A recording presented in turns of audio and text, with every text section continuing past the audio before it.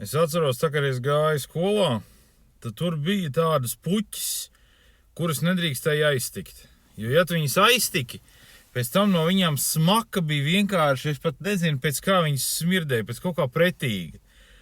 Un tagad es pavadīju dēlu, jā, un kāds bija arī aizticis to puķi, jā, un tā smaka, viņi ir tik iegriezusies iekšā atmiņās, ka es jau esmu atnācis jau krietni gabalu un pagājuši kaut kāds, nezinu, minūtes 5, jā, tā smaka joprojām turās degunā. Tas ir kaut kas briesmīgs, es nezinu, laiks iet, valdības mainās, tur viss kaut kas notiekās, tās smirdīgās puķis joprojām vēl ir.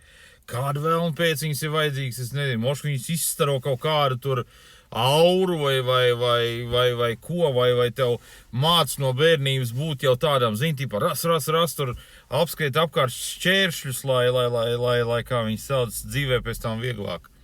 Grūti spriest, bet, tās smirdīgās puķis, tas ir briesmīgi. Pie manī te bija atbraukusi māsas meita, un kaut kā mēs tur runājām par tehniku, par televizoriem kā tādiem. Un viņi man saka, jā, tev jau arī tas televizors tāds padzīvojis ir, vai ne? Un es tajā brīdī kaut kā tā aizdomājos, kurā brīdī, citi cilvēki maina televizorus.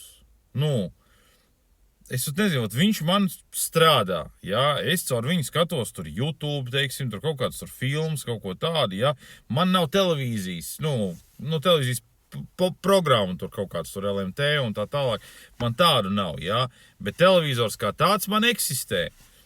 Un viņš strādā, ar viņu viss ir kārtībā.